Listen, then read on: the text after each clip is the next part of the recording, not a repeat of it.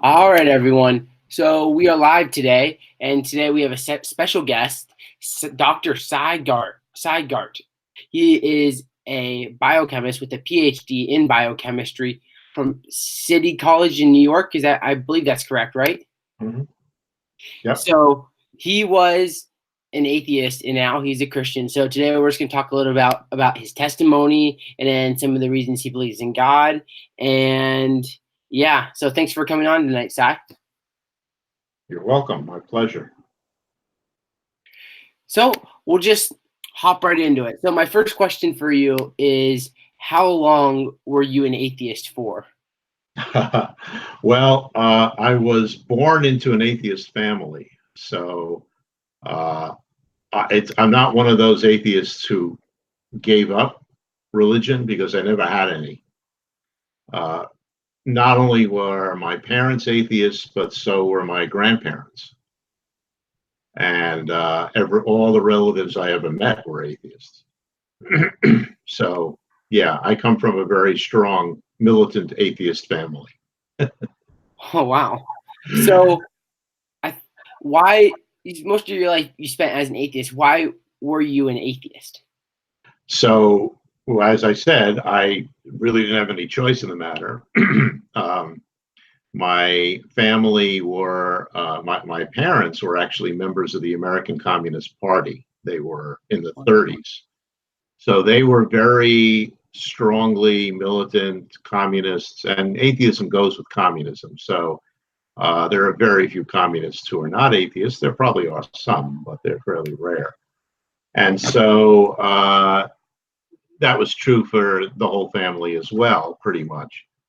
And I just was brought up not hearing anything about God, certainly not Jesus or any kind of religious idea at all. And whenever I asked questions about it, I would hear from friends, school kids, etc. I would be told that religion was really an evil idea. It was oppressive. God, this was not the weak atheism that, you don't believe that God exists. This was a strong belief that it could not be anything as ridiculous as a magical God. And so that's what I grew up with, and I had no other alternative. The little bit that I knew about Christianity was some of my friends who went to Catholic school, but that was not very inspiring because they didn't know much theology. So, it was mostly just the idea that that's reality. My father was a scientist, also, like he was a chemist. He was very strongly materialistic. He believed in philosophical materialism. He was a rationalist. And so that's how I grew up. And that was my belief system. All right. So you were raised an atheist. So what led you to study biochemistry?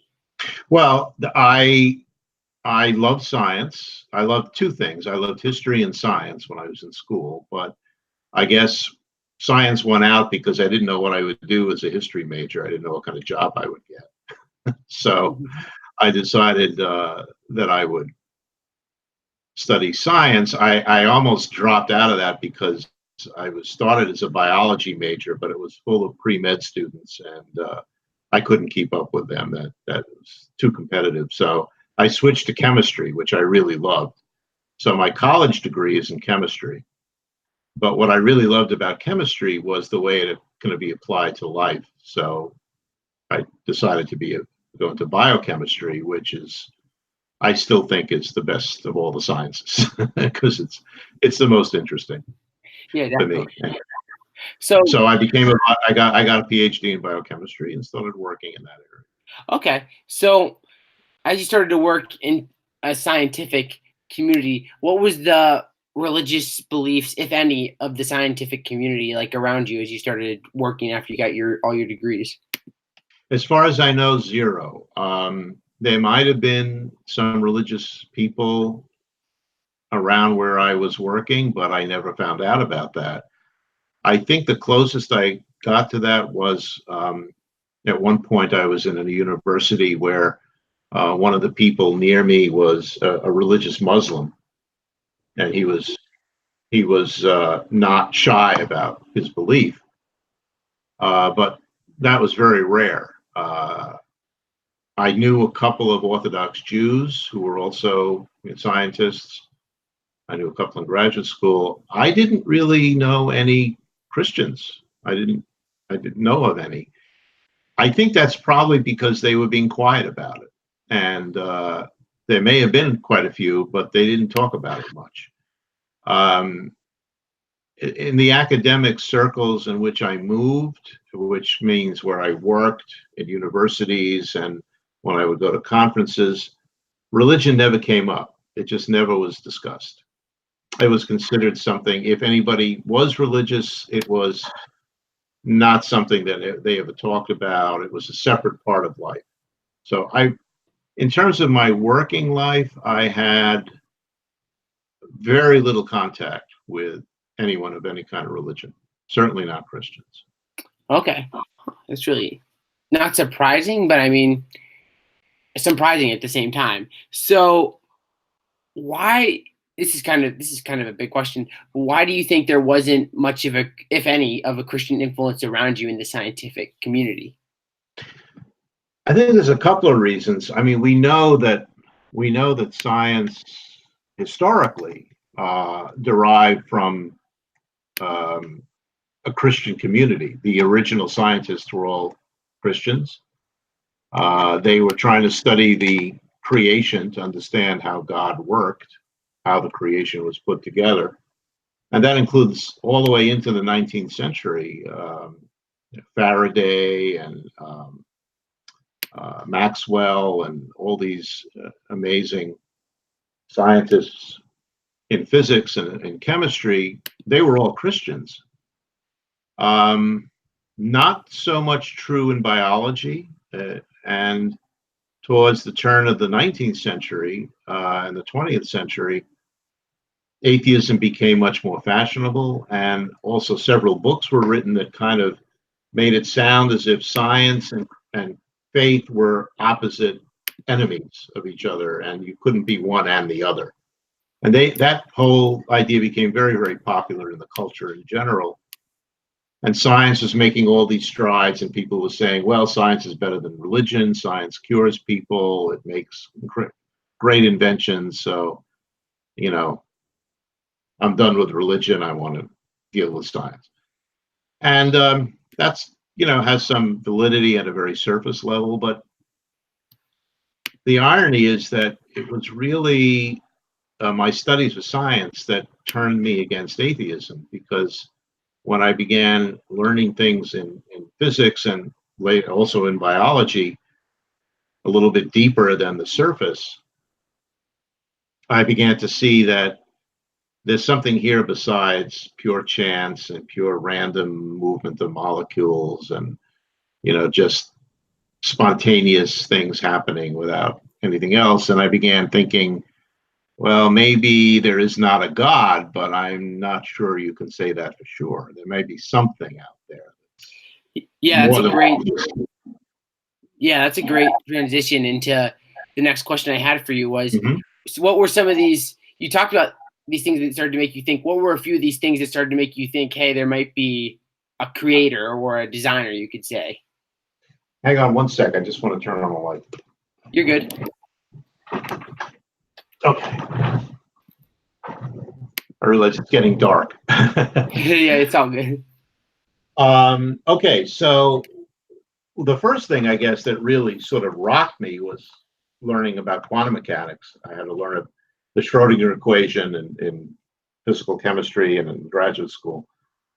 And quantum mechanics just makes no absolute sense at all. I mean, my view of the universe had been that it's rational, it's logical, everything makes sense. No, that's not the way reality is. That's sort of a clockwork mechanical universe, which was very fashionable 150 years ago. But when Einstein and Planck and Bohr and Schrodinger and Heisenberg started working on physics, they found out that, well, there's a lot of mysterious stuff going on. And Mystery doesn't seem to go with science, but if you read these people, all of these scientists, Heisenberg was actually a Christian, and the others, when they write philosophically, they use words like mystery and things that, I thought, well, that doesn't sound scientific. Why are you talking about mystery? But there's this uncertainty principle that Heisenberg developed, which basically says that there are some things that we cannot know, no matter, and that'll never change. It's not a question of more research. We will never be able to know, based on very solid physical principles, the position and momentum of an electron at the same time. And that was puzzling to me, because I thought, well, what else is there that we may not be able to know scientifically? And that eventually became the bedrock of a philosophical sense, that a great deal of the universe is probably beyond scientific understanding.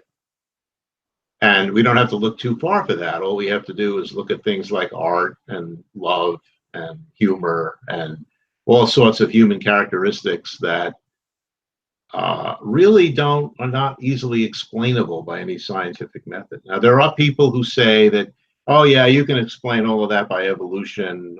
Love is just an emotion. It's hormones, it's molecules, it's neurons.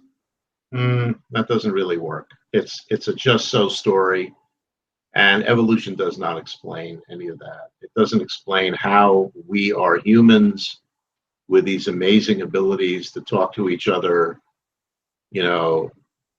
hundreds of miles away over a screen. I mean, in real time. I mean, this is beyond anything that you would expect to get from a living creature, just an ordinary living creature, and certainly much more than anything you would expect to get from a collection of molecules that are simply obeying the laws of physics. Yeah, definitely. I'm sorry, go ahead. No, you go ahead. I'm agreeing with you. I was going to say, I understand complexity and emergence. I don't understand emergence. Emergence is a very important word, because people like to say that chemistry emerged from physics and biology emerged from chemistry, and human consciousness and creativity and all that emerged from biology. But we don't know what that means. We don't know what that word means. What is emergence? Well, I think it's the hand of God, is what it is. I think that's clear. But it took me a while to get there. Yeah, definitely.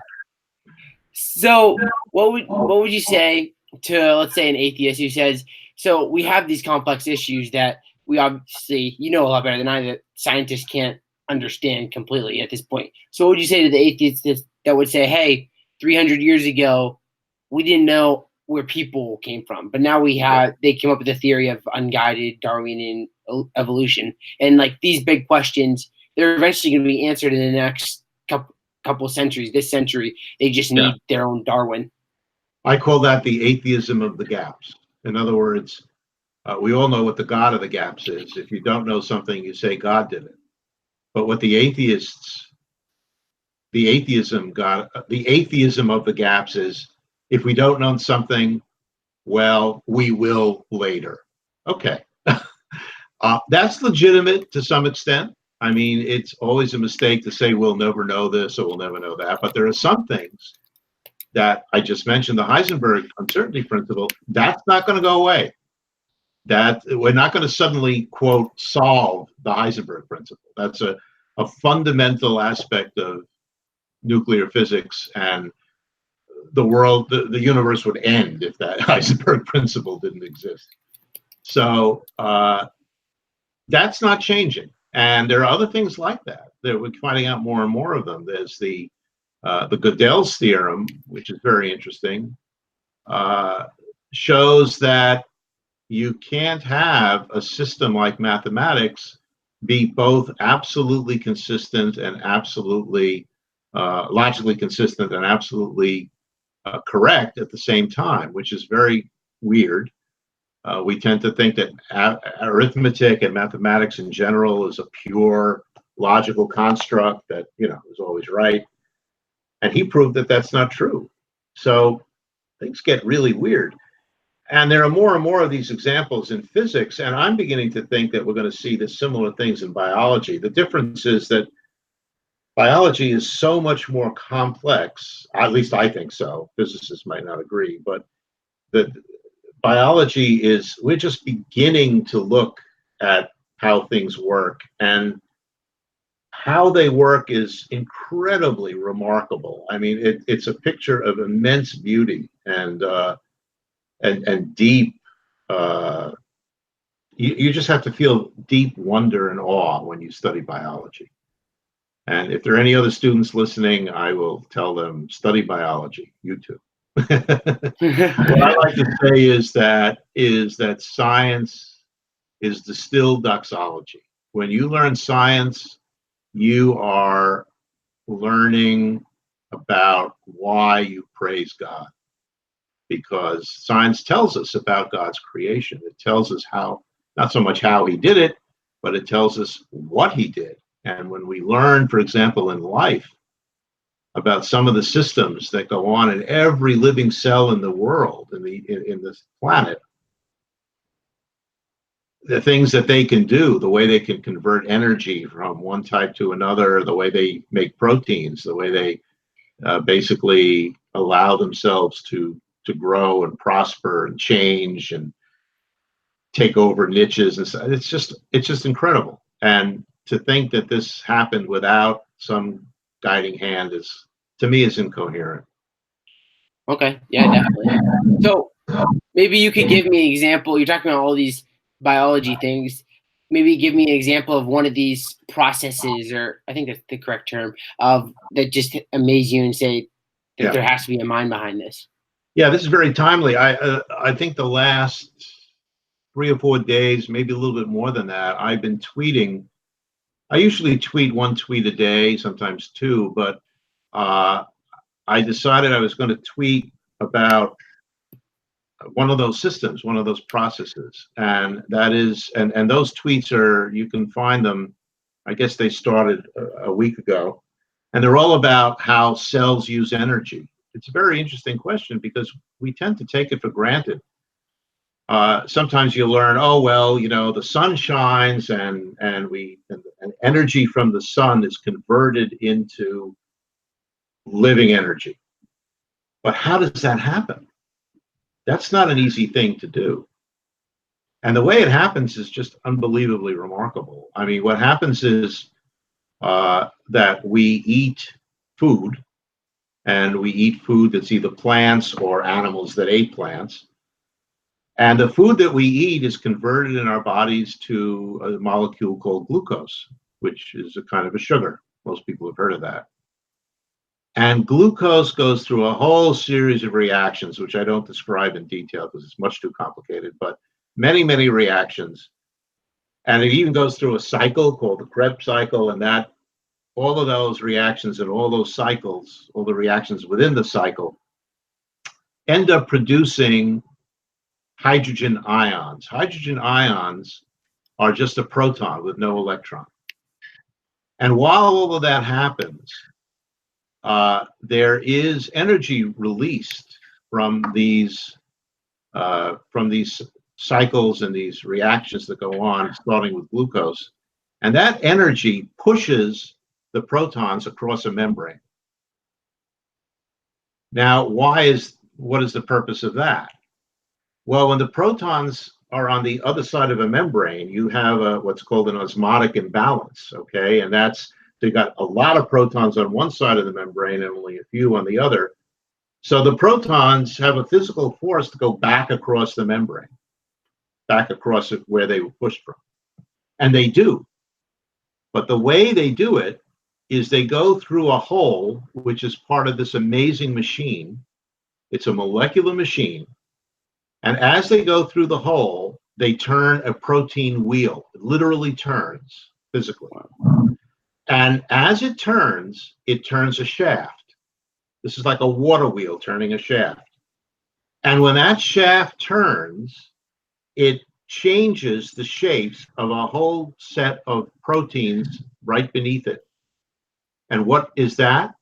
What those proteins do is they bind one molecule of what's called adenosine diphosphate. It's a chemical that has two phosphates on it, and another phosphate, a third phosphate, comes in close to it, and turning the wheel turns the shaft, which pushes the proteins to push the third phosphate onto the other two. So now you have adenosine triphosphate, ATP. Adenosine triphosphate is a very high energy molecule. It's that third phosphate bond that has all the energy. And that molecule, ATP, is the battery that powers all of the reactions that go on in cells. And the way it's made is through this pumping of protons across a membrane, having them flow back through this machine called ATP synthase, which then makes this ATP. So what you have is the solar energy, the light energy, is converted to make glucose in plants and other compounds. We eat the glucose, that's turning solar energy into chemical energy. We eat the glucose, and the chemical energy is then turned into this chemiosmotic energy when the protons are pushed across the membrane. The chemiosmotic energy, when the protons go back, is turned into mechanical energy by turning the wheel. And the mechanical energy is converted back to chemical energy when it makes ATP. Pretty simple, right? I wish you. I mean, I tried to hang on. I think I understand the main idea. That's pretty amazing. Take a look at my really, tweet, and you can look up. All you have to do is Google ATP synthase, and you will see many great videos of how this actually works in the cell. You'll see the wheel turning. You'll see the ATP being made, and that is the universal molecule with chemical energy that drives everything in life. Right now, in every single one of your cells, there are hundreds of thousands of ATP molecules being made and being used. And that's why you're alive. That's amazing. It amazes me that people say that's just purely natural.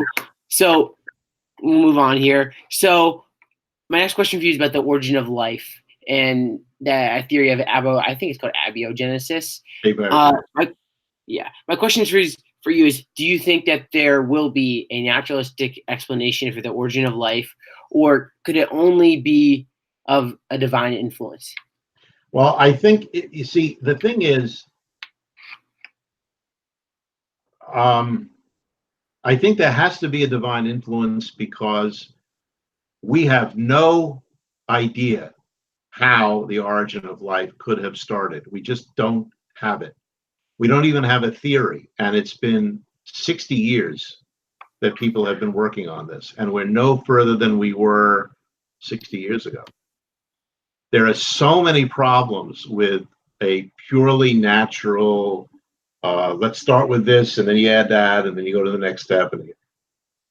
And one of the big problems is, especially for me, who agrees that evolution is the way life diverged, is you can't have evolution until you have the biochemical mechanism to allow evolution.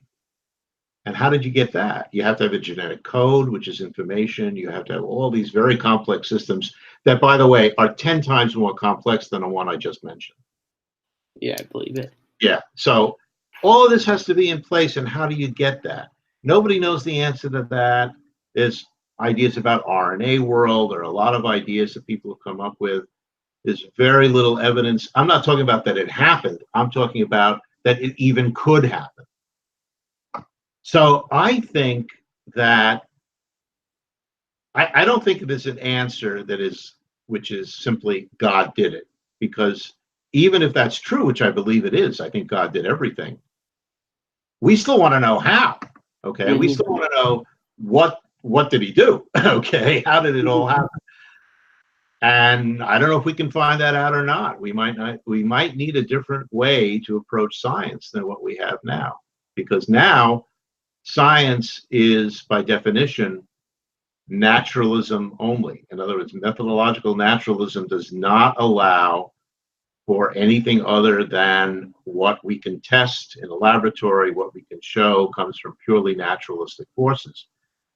That may not work. I do not believe that we're going to be able to find a purely naturalistic answer to the origin of life, and we haven't found one to the origin of the universe either. Nobody knows. Yeah. So I think when it comes to origins, and I would add the origin of humanity as well, I don't think we're going to get it from pure naturalism. We're going to have to start looking at the Bible. We're going to have to look at scripture. I don't know how to do that in relation to science, but hopefully someone will figure that out. Maybe you will. You're young enough. We'll see.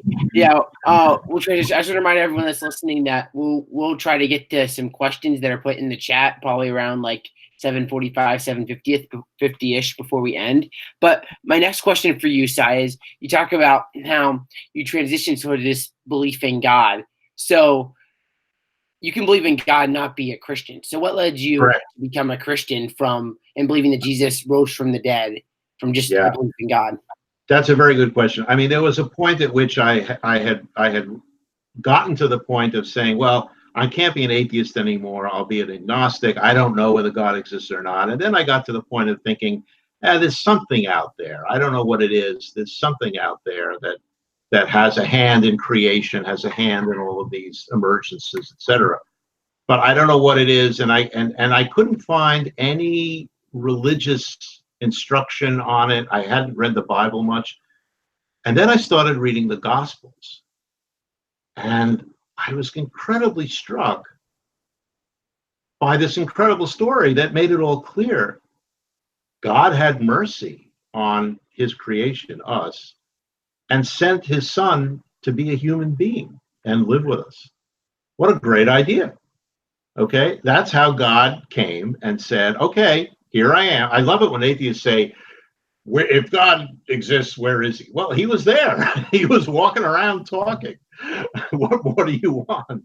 and the story of Jesus was really struck me as beautiful and explanatory, and of course very radical and very interesting.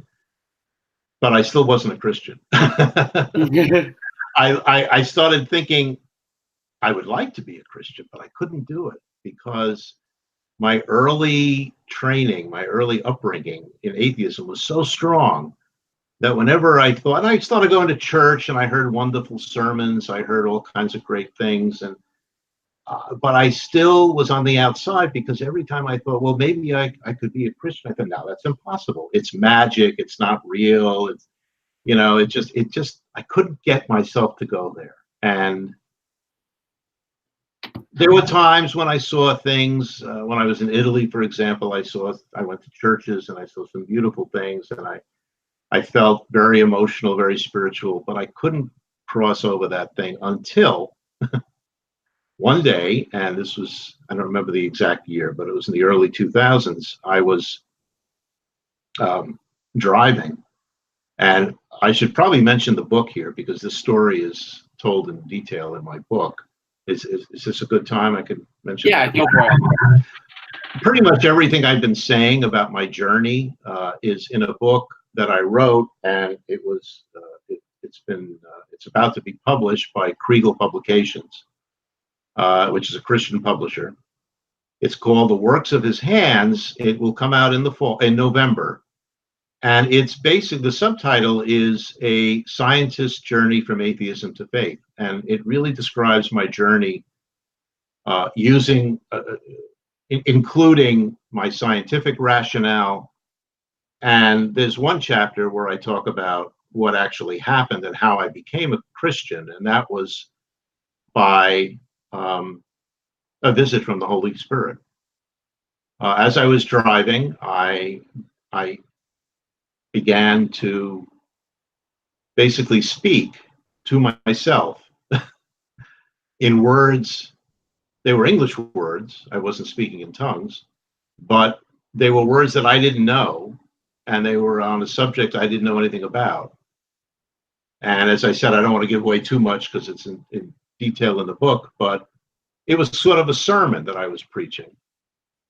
And when I was done, I realized that I had just preached to myself a message that did not come from myself. And I was overwhelmed, overcome. I had to pull over. I was just incredibly emotional. And I knew then that I was a Christian at that moment. And from then on, scales fell, all the stuff that Paul talks about, all that happened. And everything became clear. This was, I guess, roughly 15 years ago. And from then on, I've never looked back. Wow, that's an awesome story how God worked in you. So when you converted to Christianity, I'm curious, what did your peers in the scientific community think? Did they think you were crazy or what? Your questions are great. I mean, that's in the book too. I guess I'm just trying to steal the book, No, I don't know. That's no problem. Well, I had to deal with a lot of stuff. And in fact, I think the chapter is called "But What About?" Because when you call yourself a Christian, and all of a sudden now you have to deal with all these things. I'll be honest with you, I kept it quiet. I didn't know a single other Christian scientist at all. And I didn't know what to say. This faith that I had was very private.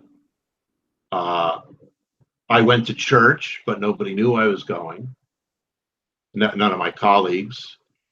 I didn't tell some of my close friends. I didn't tell many of my relatives, any of my relatives. It was my own personal thing. I was not a member of a church. I was not baptized. And that went on for quite a few years. And then Francis Collins, who perhaps you've heard of, or many people have heard of, who was the head of NIH and a brilliant scientist. I mean, really at the top level of science. And now the head of NIH, as I said. He wrote a book called The Language of God, which was a beautiful book. And it was the first time I understood that there were other people like me. There were other Christians who were there were other scientists who were Christians. And like Francis, because one of the things I thought is, well, now I'm a Christian, I have to give up evolution. I can't think about science, everything. I have to believe in a young earth. And no, none of that was true. And Francis, is an incredible Christian. I've gotten to know him. Also, I worked at NIH, so I met him there, but I've also gotten to know him through the faith aspect. And he's a wonderful man, a brilliant scientist, like I said, and a real role model for me. And then I began to meet so many other Christian scientists who are the same. And there are many organizations now. I'm very active in the American Scientific Affiliation, ASA, which is a long-standing association of scientists who are Christians. And I'm the editor-in-chief of one of their magazines, an online magazine called God and Nature. You can find that on my Twitter profile. There's a link. And this is what I retired 4 years ago, and I'm now devoting my life to Christ, and especially to the mission. I consider myself to have a mission, which is to bring the word to especially students, to young people who are Christians, who are in danger of losing their faith because people are telling them, well, if you want to follow science, you have to give up all that phony religion stuff. That is not true. And that is the purpose of my book. That's the target audience of my book. And I'm not alone. Many people are doing this. It's really important that we counteract this big lie, which is that science and religion are opposed to each other. And we have to counteract it on the part of the atheists. We have to counteract it when it's spoken by some young earth creationists. Mainstream, regular, ordinary, good as gold science is perfectly consistent with being a Christian and believing the Bible as real and inerrant. I mean, none of that you don't have to give up anything. You may have to change your interpretation of a few passages, but not the way people think. And meanwhile, you gain everything. You gain the whole world because this is God's book of works, and you gain scripture, and you lose nothing. Yeah, So definitely. It's actually it's actually you're transitioning perfect into my next questions. You know, it's like we got some chemistry going on here.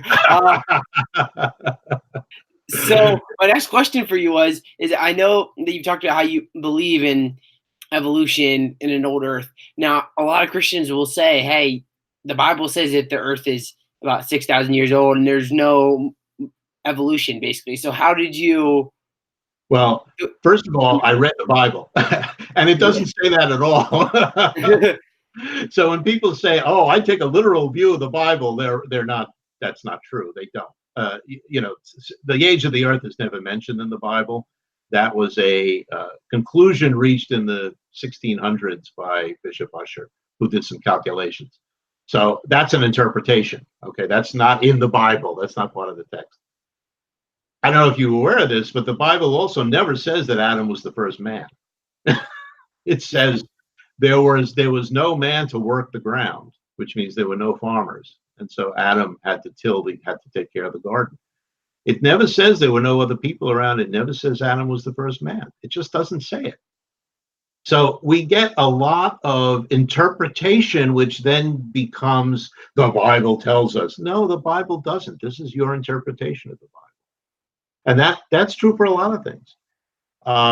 So, you know, there's some very good people who've written about this at length. An author I would recommend is Dennis Lamoureux. He's a Canadian evolutionary biologist. He has a PhD in evolutionary biology and a PhD in theology, and he's also a dentist. So he has 3 advanced degrees. And he's a brilliant guy. He's a good friend of mine. He's written several books in this area and describes theistic evolution and evolutionary creationism very well. Now there are a lot of, we can argue. I don't think I have all the answers. I don't think anyone does. Sometimes I feel like I'm more with the intelligent design camp, especially when it comes to origin of life. So, this is, I think God wants us to work. He didn't just give us the answer and say, okay, here it is now, do your thing. And he wants us to work at finding the truth. And that means, I know how hard scientific work is because I've been doing it. And I'm beginning to think theology is even harder. And we need to work at it. We need to work at understanding what it is that God really said and what he meant and why he wrote the Bible. Was it a science textbook? I don't believe so. Are we supposed to believe, the quote unquote literal version of King James? Sometimes yes, not always. And there, John Walton and N.T. Wright, Alistair McGrath, those are 3 theologians who I read and I also know. And, oh, by the way, Alistair McGrath wrote a foreword to my book, so it passed some muster with theology, even though I don't know much myself. But these theologians and many others are, very helpful. And so I think if you're in a position where you're being pulled between science on the one hand and young earth creationism on the other hand, and they don't seem to go together, don't give up. Don't give up on either one. Don't give up on science. Don't give up on your faith. Especially don't give up on your faith. Do more research. Look at biologos.org, which is a great organization for giving resources for understanding science and faith. And you'll come to see that, as we expect from God, the answer is beautiful, and it's not that hard to find. So that's my main message is ignore those voices who are telling you you can't have it all. You can have it all because it's all God's truth. Yeah, definitely. I'll just play young Earth. I'm not going to pick a side here. I'm just going to play young Earth creationist here for a moment, just because I know you're obviously not of that view. So they would say that with the 6,000 year Earth thing, they would say that you can trace those genealogies that are in Genesis 5 and 11, I believe, back to Adam, and I think it's like the 6,000 years. So I'm curious, what's your thoughts on those genealogies? Well, all I can tell you is what I've read from other people, which is that the genealogies sound very convincing when you read them in the text, but we don't really know whether those genealogies are complete, whether they were supposed to go back to Adam. We don't know if the purpose of the genealogy was something very different than talking about ages. We don't know if there are if the genealogies, are intact. I think I said that already. I mean, there could be large gaps in them. The purpose of the genealogies was not anything to do with demonstrating the age of the earth, because nobody cared about the age of the earth in those days. That only became an issue very recently. What the purpose of them was to show that the tribe of Israel, which is where all these people existed, came directly from the first original Adam. Okay, and so that's what it does. It accomplishes that goal, and it gives all these people in between. But for all we know, these people represented tribes. They may not have been actual individual people. I can't really speak about this much because I'm not a biblical scholar, but there are plenty of biblical scholars who will say that it's not a given. I mean, this calculation wasn't done until, as I said, the 16th century. You have to ask, why didn't the earlier church fathers do the same calculation? It was available. They knew how to add. It was available to everyone. And I think the answer was because it doesn't make sense. That was not the purpose of the genealogy. Okay. Yeah. Here, I'll do play Young Earth for one to hear more. So a lot of times from their camp, you'll hear the argument that of the idea that it says that there was evening and then there was morning, like that it would say that those would be literal days. Yeah. That's a hard one to argue with, and I honestly don't know the answer, because I agree that it really says days. I will tell you that I have read, but I don't have it in my head or to hand, that I have read very good explanations, mostly from John Walton, about the meaning of days. And even though the day is supposed to be a day, the idea that Walton has, and there's a great YouTube by Inspiring Philosophy, who is a really wonderful YouTuber, Michael Jones, he has a great video on this whole question of the day, the meaning of the days, and how there is a fascinating way to interpret the way the days line up with each other and what they actually represent. And although they may have been days, they probably weren't 24-hour days, because you remember that the sun was made on one of those days, and how do you don't get 24-hour day if there's no sun. So there's something going on. And there are some other reasons to think that cannot be an absolute literal day, and just looking at day 6 when an awful lot happened in 24 hours. So I don't like to say that the Bible is wrong, because I don't think it is, but you can have a misinterpretation of something that's true, and then you come up with the wrong conclusion. And what I like to say is that God didn't write the Bible with his hand, despite what Kent Hovind seems to think. He inspired the human writers to put the words to parchment. And we don't know how that process happened. And there could have been lots of errors in the transcribing. There could have been lots of errors in understanding. I don't know. I mean, this is outside of my area of expertise. I'm not a theologian. A theologian, this is obvious. But all I can say is that you can read Genesis and you can read the rest of the Bible. Job is one of my favorite books. And from there, you can get a general feeling that, without picking out every detail, which is also what one thing that strikes me is that atheists and young earth creationists are in total agreement about the Bible. If you ever look at what an atheist says, they sound like a young earth creationist. They will take every line and say, well, the Bible says this, so how can you believe that? And it's they take out of context. They take things out of context. They take things out of the spiritual dimension in which it was written. And the younger creationists are doing the same thing. It's when they do that kind of thing. Now, in terms of the days, again, I have to come back and say I don't know the answer. I'm pretty sure the world was not created in 6 days, just based on the scientific evidence that we have. So I know that there are some scientists with some ideas that kind of do a concordance between the scripture and what we know. And I just don't know enough about. Hugh Ross is someone who would be a very good person to talk to about that. He's a much better theologian than me, and also a much better scientist. So you may want to, it would be good to talk to him about his views. Yeah, he's a great. Hey, Sorry? if you're listening, Hugh, you're welcome anytime. But I know you're probably not listening.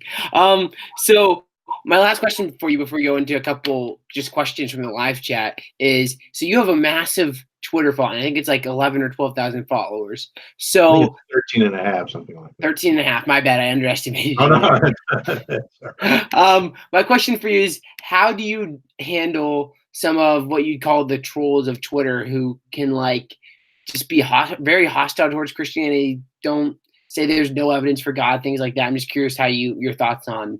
So that.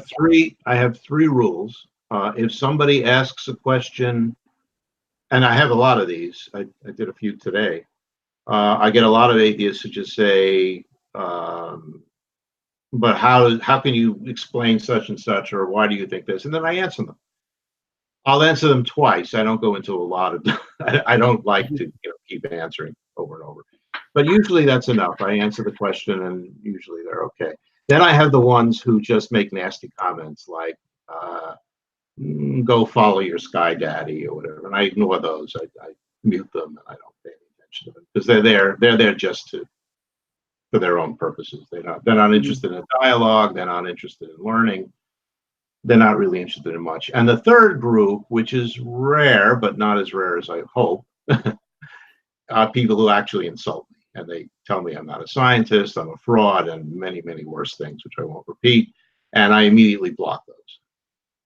And I've made this public many times. One insult gets you blocked permanently. And the reason for that is I come from a scientific culture, and you don't insult people in science. Even if you do disagree with them vehemently, it's just not done. And even before that, before I was a professional scientist, when I was young, I grew up in a fairly interesting neighborhood in Brooklyn where also you don't insult people, because if you do, you're probably going to get shot. So I find this insulting by anonymous people online to be the height of cowardice. So when somebody tells me I'm an old fool or something like that, my first thought is to act in a very unchristian way. But my second thought is I don't want to see this, so I just block them and they're gone. All right, yeah. So we're gonna go into just some Q&A. So we'll read through some questions, and if anyone else has questions, you can put them in the live chat, and we'll see what we got. So the first question is from Old Things Pass Away. They say, how might you view perception in terms of the mind's predictive qualities? Do you think measurements like light or gravity change from our perspective? Well, light and gravity definitely change from our perspective. We know that. Light, for example,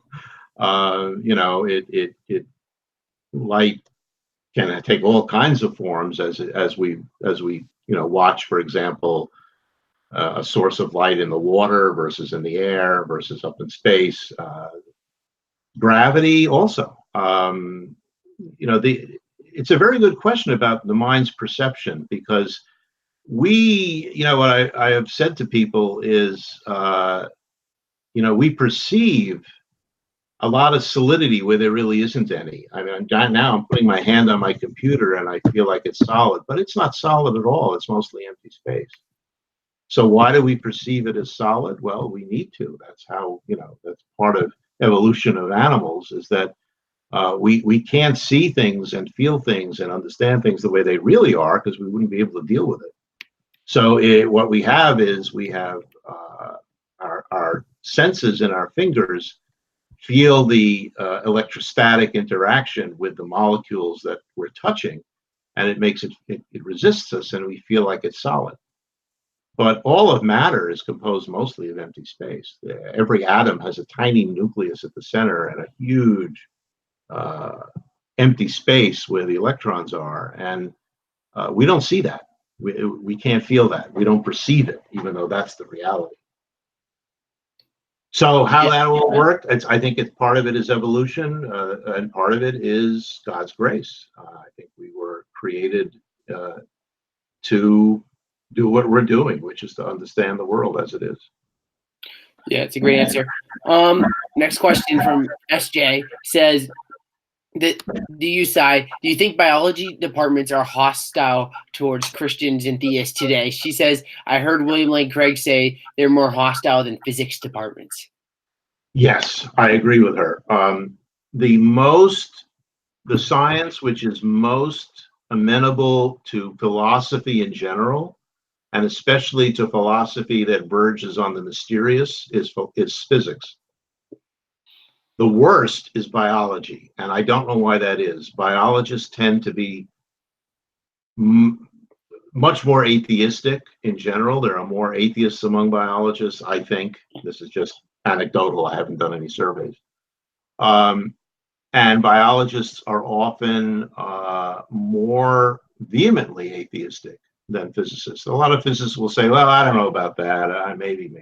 Biologists will often, I mean, Jerry Coyne, for example, is an example. He has a blog which is very hostile to any hint of faith, and he spends all his time talking about that rather than biology. And there are others.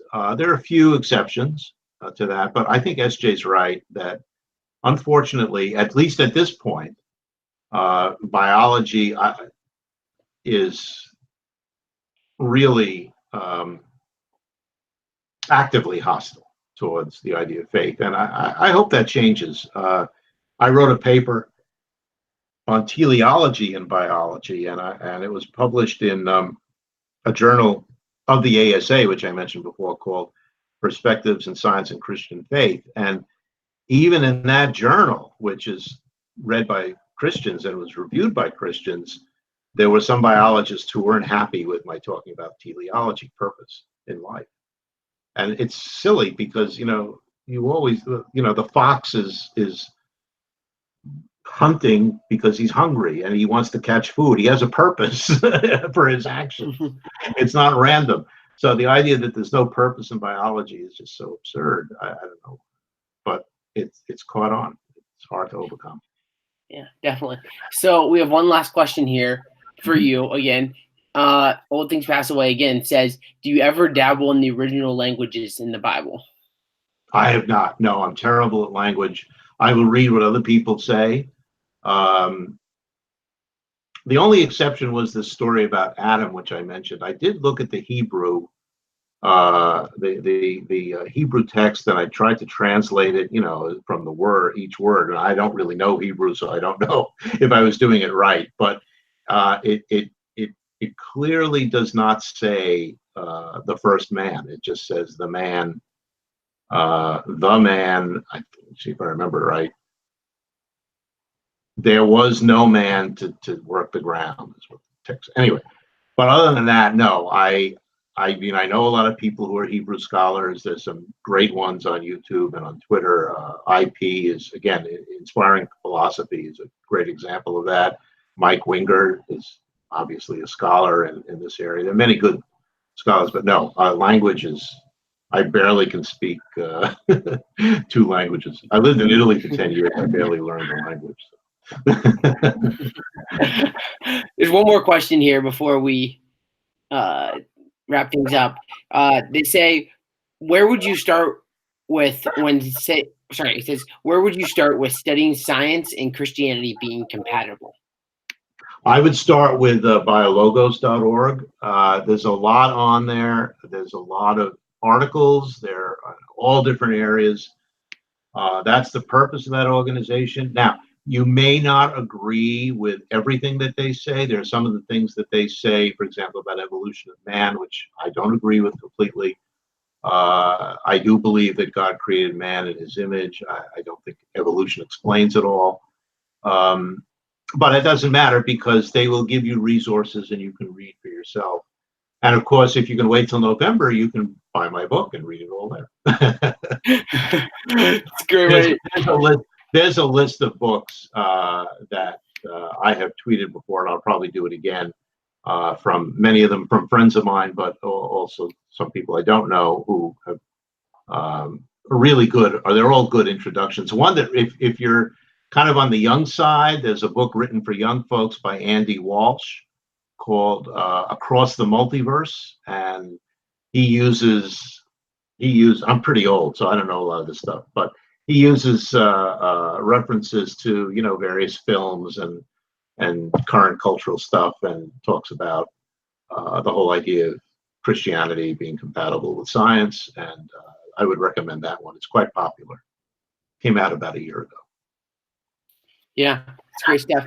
So we are going to wrap it up there. I just want to say thank you so much again for Cy for coming on today. It was really a great time. I learned a lot. I'm sure everyone else did. And I would encourage everyone to buy his book in November when it comes out. I would encourage you can follow him on Twitter, and his website is in the description.